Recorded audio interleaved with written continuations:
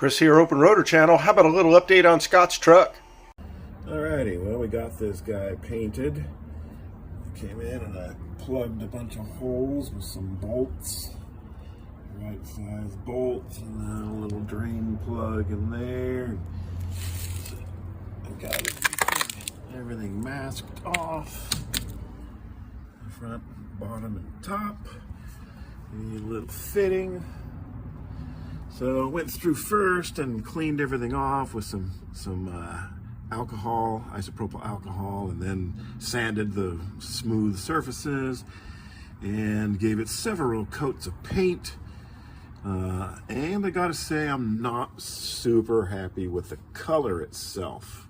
Doesn't quite match. So we'll see how it dries, and I'll make a decision after that. Like and subscribe so you can see more of this F-250 going back together. Peace.